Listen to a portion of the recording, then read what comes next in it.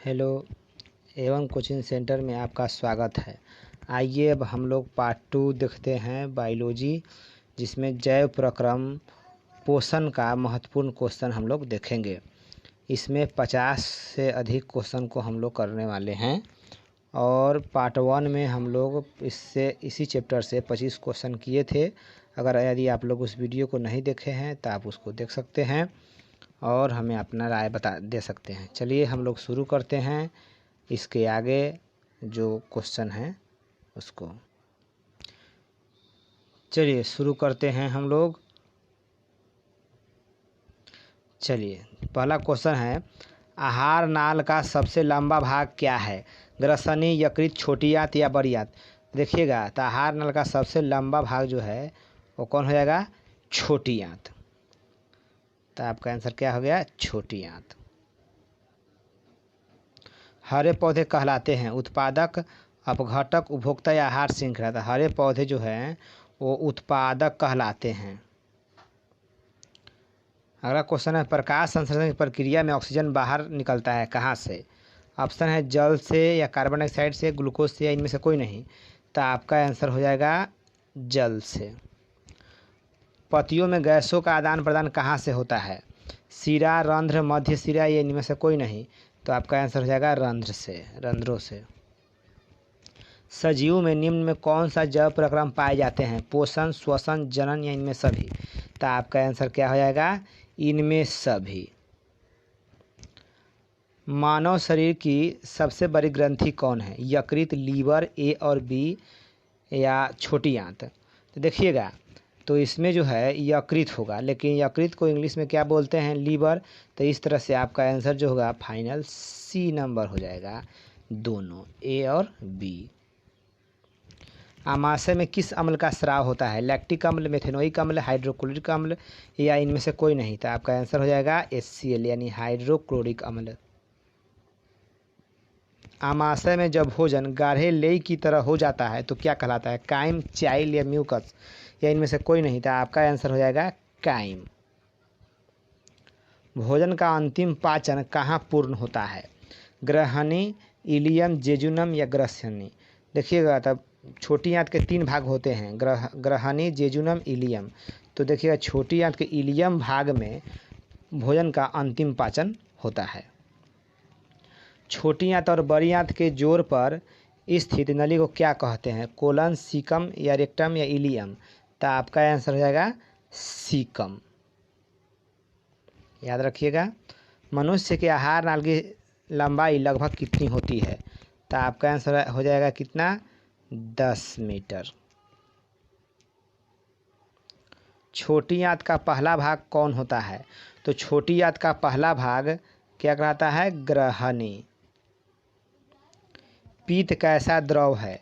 अम्लीय, क्षारीय, उदासीन या इनमें से कोई नहीं? देखिएगा पीत जो होता है कड़वा होता है और वो क्या होता है? क्षारीय होता है। ग्लूकोज के एक अणु में हाइड्रोजन के कितने परमाणु होते हैं? देखिएगा ग्लूकोज का फार्मूला है, आपको बताते हैं, C6H12 और O6। तो देखिए हाइड्रोजन कितना हो गया? 12 को। तो हाइड्रोजन का परमाणु कितना है? 12 है। तो आपका आंसर क्या हो जाएगा? 12। किसमें कौन पाए जाते हैं? क्लोरोप्लास्ट में क्लोरोफिल या क्लोरोफिल में क्लोरोप्लास्ट या दोनों सही है?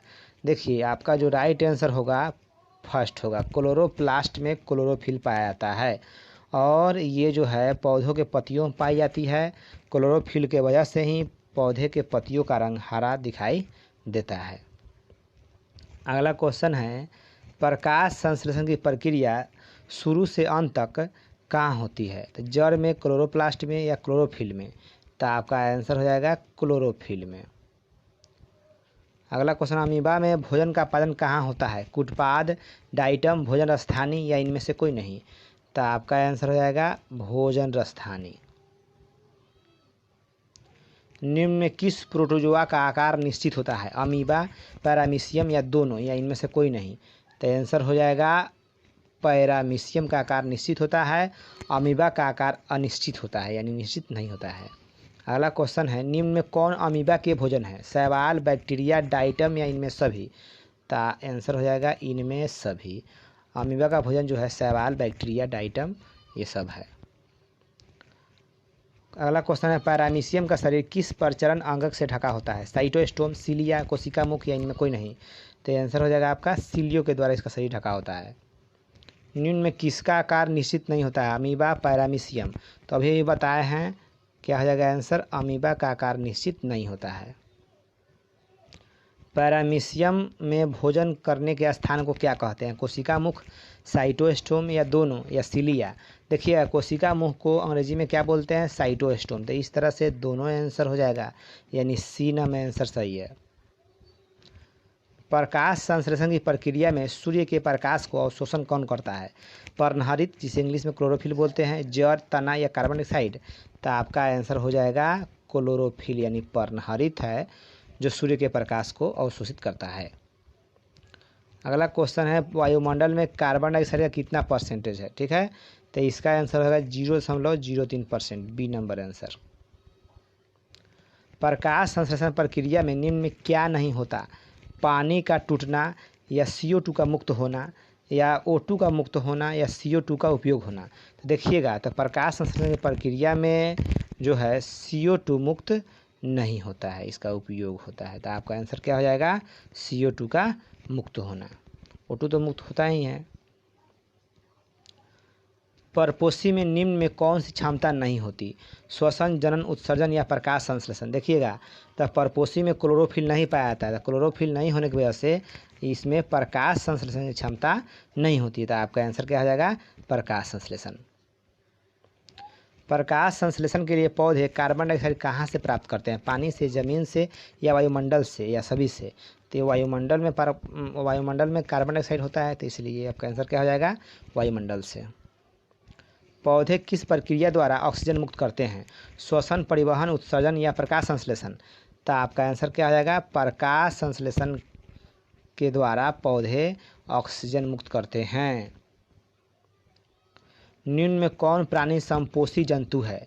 देखिएगा, प्राणी समपोषी मनुष्य, अमीबा, पैरामीशियम, इनमें सभी। तो आपका आंसर हो जाएगा इनमें सभी। मनुष्य को खट्टा, मीठा, तीखा आदि का आभास किससे होता है?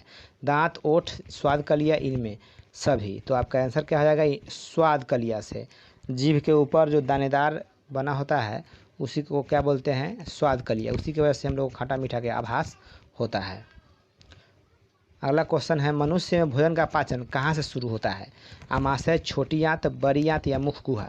देखिएगा, मनुष्य में भोजन का पाचन जो है मुंह से ही शुरू हो जाता है। तो आपका आंसर क्या हो जाएगा? मुख गुहा, जिसे माउथ बोलते हैं इंग्लिश में। मुख गुहा के बाद भोजन कहाँ पहुँचता है? तो मुख गुहा के बाद भोजन ग्रास नली में पहुँचता है। एक वयस्क मनुष्य के मुख में कुल कितने दांत होते हैं? 28, 30, 32 या 40? तो पता है सबको, ये इजी क्वेश्चन है। क्या हो जाएगा? 32। छोटी आंत के कितने भाग होते हैं? तो पहले ही बता चुके हैं, छोटी आंत के 3 भाग होते हैं। कैनाइन का क्या कार्य है? तो कैनाइन जो है दांत का एक प्रकार है जिसका कार्य है भेदना। किसी वस्तु को, किसी चीज़ को खाते हैं तो क्या करते हैं? छेदते हैं, भेदते हैं। भोजन का अंतिम रूप से पाचन कहाँ होता है? ग्रहणी, इलियम, जेजुनम या कोलन? तो इसका आंसर हो जाएगा क्या? इलियम भाग। छोटी आंत का ही हिस्सा है इलियम, उसमें भोजन का अंतिम रूप से पाचन संपन्न होता है। निम्न में किस अंग से पित्त का स्राव होता है? छोटी आंत, यकृत, अग्न्याशय या बड़ी आंत? तो देखिएगा, इसमें जो है पित्त का स्राव यकृत से होता है, जिसे इंग्लिश में लीवर ही बोलते हैं। मनुष्य के आमाशय में प्रतिदिन कितना लीटर जठर रस का स्राव होता है? तो इसका आंसर हो जाएगा 3 लीटर। जठर ग्रंथियों की कोशिकाएं कितने प्रकार की होती है? तो ये इसका भी आंसर हो जाएगा 3 प्रकार की। दांत कितने प्रकार के होते हैं? दांत 4 प्रकार के होते हैं। कितने प्रकार के होते हैं? दांत जो होते हैं 4। आमाशय का अग्रभाग क्या कहलाता है? देखिएगा, आमाशय का भी 3 भाग है। अगला भाग जो है कॉर्डिया कहलाता है, पिछला भाग पाइलोरिक भाग कहलाता है और बीच का भाग फुंडिक कहलाता है। तो इसे पूछ रहा है अग्रभाग, तो अग्रभाग क्या हो जाएगा? कॉर्डियक। आमाशय का पिछला भाग क्या कहलाता है? आमाशय का पिछला भाग पाइलोरिक कहलाता है। आपका आंसर क्या हो जाएगा? पाइलोरिक।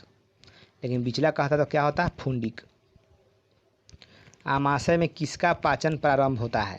देखिए, आमाशय में प्रोटीन का ही पाचन होता है और कुछ अंश में कुछ हद तक वसा का भी होता है। तो आपका आंसर जो है दोनों हो जाएगा। मनुष्य के छोटी आंत की लंबाई कितनी होती है? तो मनुष्य के 6 मीटर होती है। ध्यान दीजिए, कितनी होती है? 6 मीटर। गाय और शेर में किसके छोटी आंत की लंबाई बड़ी होती है? देखिएगा, जो शाकाहारी जीव होता है उसका छोटी आंत की लंबाई थोड़ा मांसाहारी की तुलना में ज़्यादा होता है, ठीक है। और मांसाहारी में जो है मीट को पचाना आसान होता है, इसलिए उसका छोटी आंत की लंबाई थोड़ा छोटा होता है। तो यहाँ पर पूछ रहा है गाय और शेर में किसकी छोटी आंत की लंबाई बड़ी है? तो आपका आंसर हो जाएगा गाय। स्वाद क्रिया किस अंग का हिस्सा है? दांत, छोटी आंत, अग्नाशय, जीभ। ये बहुत ही इजी क्वेश्चन है, तो क्या हो जाएगा? जीभ का। पत्तियों की सतहों पर पाए जाने वाले छिद्रों यानी रंध्रों के खुलने या बंद होने का नियंत्रण किसके द्वारा होता है? रंध्रों द्वारा या वातरंध्र या द्वार कोशिका या इनमें से कोई नहीं? तो आपका आंसर जो हो जाएगा वो जाएगा द्वार कोशिका, जिसे इंग्लिश में गार्ड सेल भी बोलते हैं। लार में कौन सा एंजाइम पाया जाता है? तो लार में जो है एमाइलेज एंजाइम पाया जाता है, याद रखेंगे आप लोग। अगला क्वेश्चन है, वसा का पाचन किसके द्वारा होता है? यानी किस एंजाइम के द्वारा? माल्टेज, पेप्सिन, एमाइलेज या लाइपेज या लाइपेस? इसे तो आपका आंसर हो जाएगा लाइपेस। अगला क्वेश्चन है, निम्न में कौन अवशेषी अंग है? आमाशय, इलियम, अपेंडिक्स या सीकम? देखिएगा, तो इसमें जो हो जाएगा आपका अपेंडिक्स जो है अवशेषी अंग है। इसका कोई वर्क नहीं है, ये शरीर में बेकार ही रहता है। चलिए, ये हो गया हमारा वीडियो। आपको कैसा लगा आप हमें कमेंट बॉक्स में बता सकते हैं, और हमारे नए नए वीडियो को देखने के लिए आप हमारे चैनल को सब्सक्राइब कर दीजिए और बेल आइकन को प्रेस करना ना भूलें। तब तक के लिए धन्यवाद। जय हिंद।